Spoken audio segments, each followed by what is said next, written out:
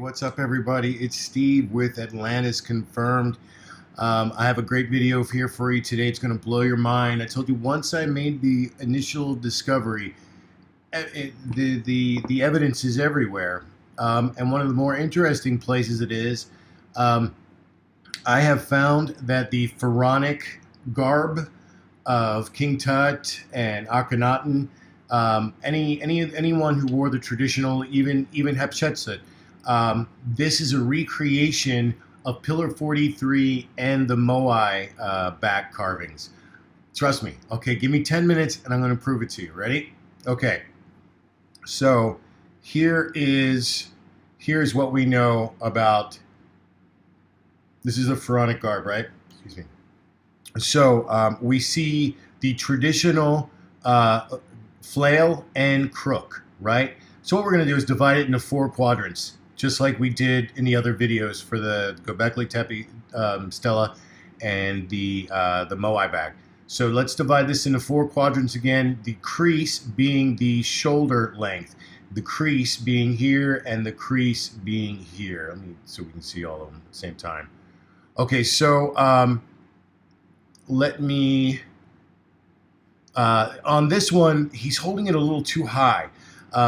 And that tells me that I don't think that by King Tut they knew what they were doing anymore. Or maybe Tut didn't know. Because if you look at Akhenaten's statue, Akhenaten does not have it quite so high. His is below the shoulder line. Oops. My collar up there. It's wearing all fancy. Okay, so, and you see, I'm going to bring up my, this is where it all comes from. This is Yangana. This is the creation mother. This is the Easter Island. I'm sorry, the ancient Australia indigenous people, 12,000-year-old cave art that depicts their creation goddess. This got the Gobekli Tepe builders went to ancient Australia and combined. And I'm going to show you where it got combined. Okay, so this is the Gobekli Tepe stela, and this is the Moai back. Let's divide it into quadrants. Let me bring up the whole thing again. Okay, so remember, this is supposed to be lower. This is in correct positioning, which again tells me I don't know if they knew what it was anymore. So the flail is the bird. Okay, see, we have the 4 quadrants. So if this was where it's supposed to be, below the shoulder, like Akhenaten has it, this would be in the lower left quadrant. So see this form, all this right here? That's the bird. See this right here, the question mark? That's the bird. See it? I'll bring it up. See the question mark, and that's it, in the lower left quadrant. That is representing the bird on the pharaonic garb. And it gives me no pleasure to say pharaonic garb. Okay, so let's move over to the center. In the center, we have Scorpius. Scorpius has been reduced almost like you would a zodiac sign, right? So we have Scorpius, and that's something I haven't checked. Maybe these old zodiac signs match up somehow. Isn't that Scorpius right there? Now that I think about it, and Scorpio looks something like that. Anyway, that's in that position. So this cross right here is representing Scorpio. Okay, so we've got the bird, we have the cross, we have the Scorpio, we have the Scorpio. Over here we have the crook. This is the crook, right? So the crook is circular, and it's also open, like the Gobekli Tepe. It's shaped like the Gobekli Tepe temples. So the circle represents the circular, and I believe this is a baby head, a dead baby head, actually. And this matches the Olmec head perfectly. Go look at the Olmec head. It's got a messed up eye, just like that one. And the tongue looks like it could have been misinterpreted as the big chin. And there's a third eye right there, which also makes it the Kali face. Okay, but I don't want to get too much into too much detail. Okay, so the dead guy here, the headless guy, right, became a decapitated baby head instead, because they are the babies. This is Yangana. Where are you, darling? Yingana, and these are dilly bags. Dilly bags in ancient Australia, indigenous people were the swaddling clothes for infants. Each one of these carries a baby.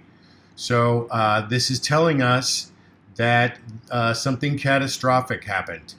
All of Yingana's babies died. Okay, so now see where they adapted. So this tells us that the Egyptians came from Australia, because the Australians adapted the baby head because instead of the dead body here, which is what it corresponds to. This is a headless body, a headless man, as you can see, and they changed the headless man to a headless to a baby head because it fit the contours of the body better. It looks better than if you had a headless guy there. And they're working with the body contours just like the ancient artists used to work with the contours of the stone. Okay, so, but I want to show you something interesting. This is Pumapunku, I believe. It's the same thing. Here's the bird. Divide it into 4 quadrants. Look, this is in proper position. It's beneath the shoulder line. This is the bird. This is the headless man. This is another Gobekli Tepe stela. See it's the bird in lower left, the headless man in the lower right. This is their crook. I mean, this is their flail, and this is their crook. Except they went with the headless man. They didn't go. So that tells me that these guys probably didn't arrive here from the South Americans. Probably did not arrive here from Easter Island by way of the Moai, unlike the Egyptians. The Egyptians did. So I think we're looking at the same culture spreading out, interpreting it different ways, but I think we're starting to see where one led to the other. I'm going to show you one more time. The crook, I keep calling it crook. This is the flail, the same shape as the bird, same shape as the question mark, and now we have it also at Pumapunku in South America, right? Okay, so the bird also became, when you see, here's another, look at, now you see it really, really well. You see I think this is the other guy. You see the bird, it's the exact same bird head as there. And look where it is, it's in the lower left quadrant. And this is the headless man in the lower right quadrant. This became the crook and the flail. That's where that came from. And look at this. This is an ancient Australian cave painting. This is the same bird. That's all that it is, and it's also got matching. Constellations around it from Gobekli Tepe as well. In ancient Australia, they're making the same image over and over and over again. Let's go back to this. Okay, so the Rapa. Okay, so let's start in. So let me show you this real quick. This is where that's why they thought it was a snake arm. It was the bird. The bird became the snake, but it was just the bird. It was the bird head and neck, because this is Pomo. It's another constellation of what the Gobekli Tepe pillar shows. The Gobekli Tepe pillar is an ancient zodiac. This is depicted as a vulture or a swan. This is the sun.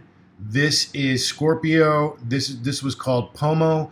And this is the arm of one of them called Indus, and this was a constellation of an ancient wolf.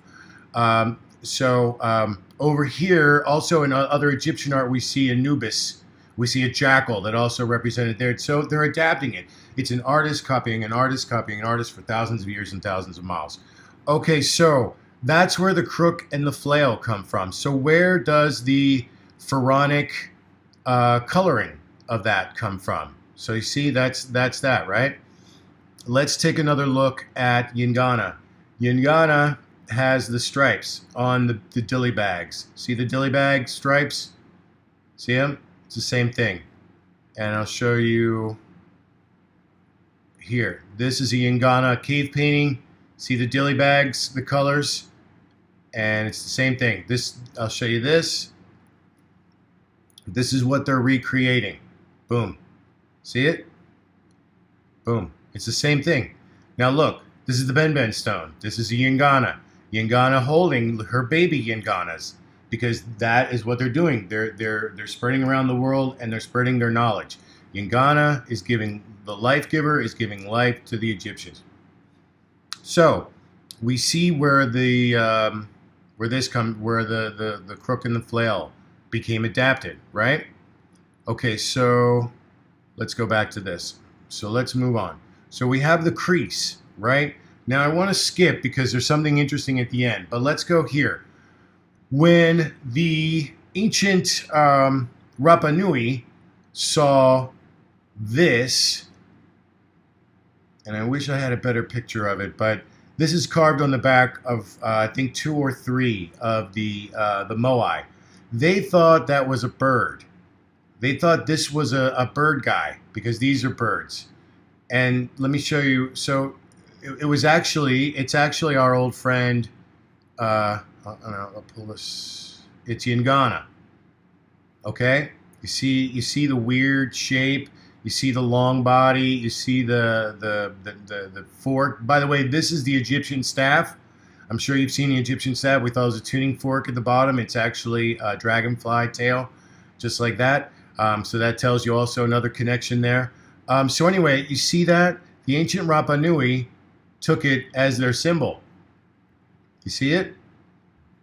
Kind of looks like Wally from Wally. And then look, boom. It's the same guy. Boom. Same guy. Except see the back spine? They thought that was a beak. And so it became Maki Maki. This is what I'm saying. Thousands of years, the Birdman call existed. They didn't know what it was. They misinterpreted and then worshipped the misinterpretation. Okay, so that is the Rapa Nui, but it's supposed to be Maki Maki, but they just misinterpreted it, and it's actually Yingana, because that's where Gobekli Tepe people went to Australia, and then from ancient Australia became combined with because a dragonfly, which is what it is. It flies all over the pond and lays their eggs everywhere. Yingana, the creator, was the legend is, according to myth, that she seeded the world. So that's why she has so many other bags, and every other bag you see with every other location, they only have one bag because they are her babies. All right. So let's move on. Let's move on to Okay, so they thought the ancient Egyptians saw that, and they saw this pattern, and they thought it was a cobra. Which once again, the indigenous people, after thousands of years there, who are learning this, are adapting the image to their own. I think they're either forgetting what it is or they're hiding it. But here is another thing that tells us that that the Egyptians came from Easter Island.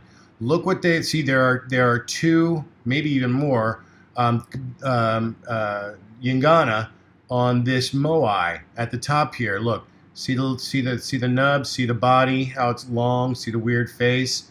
That's exactly the same as Yingana. Okay. And we know that the ancient Australian culture, I think, stretches back 12,000 years, if not more. So this is over thousands of years, all right? Oh, by the way, the pharaonic beard is the nub. It's the nub because they're making themselves Yingana. Let me bring up Yingana again. There. It's the tail part. They're giving themselves, and I'll show you on the see the nub, how it became interpreted on Easter Island. So that's another way that we know that the information got transferred here. And here's the other thing: since we know that the Rapa Nui misinterpreted the Yingana as a Maki Maki, the bird god, that is where the other talisman comes from. So we have 2. We have a bird and we have a cobra. That is what the Yingana have been turned into. See, they're in the same place. I told you they're matching, right? So we have one that's been interpreted as a cobra, and one that is by way of Easter Island been interpreted as, this is Maki Maki right here. That's Maki Maki. And this is their own because that's where they were. Okay, so let's just move down from here. Have you ever noticed his brow? Look at this brow, and what do you see? It's a bird, right? It's a bird right on the forehead there, right? Uh-oh. Look what we have over here. We moved down from what they are. Right here's the Yingana that have been turned into Maki Maki and a cobra, and here's a bird. In the caduceus, the bird is spreading its wings. So here's the bird spreading its wings. The eyebrows have become the wings, and then here is the thing: what is the disc? What is the ring? I have to believe it's the mouth, right? There's a really great video on YouTube where they put sand on a vibrating board, and when they said it made a circle. That's what that sound makes, a circle. So I think it's the disc, and I think it's the mouth, or given its positioning, it could be the thyroid gland right here, because your thyroid controls your entire body as far as hormones go. So I'm torn, but I think that it's supposed to be the mouth.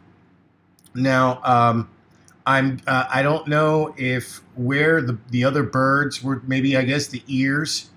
Maybe the natural formation of the ears are supposed to be representing these birds, this bird here and this bird here. Maybe it's the cheekbones. I don't know. That seems to be the only thing that's, unless the only thing that's missing. So I'm guessing they counted the ears as the symmetry for the birds there. So you see the pharaonic garb is actually it's Gobekli Tepe 43 and the ancient Moai statue carving interpretation combined, which again I believe tells us that the ancient Egyptians came from Australia, just like the Guildford glyphs, I think they're called, the hieroglyphs that are found in ancient in Australia, that tell the story of two Egyptian princes coming to Australia because they know it's where the ancient wisdom keepers are, and one of the princes dies, gets bit by a snake, but they knew about ancient Australia.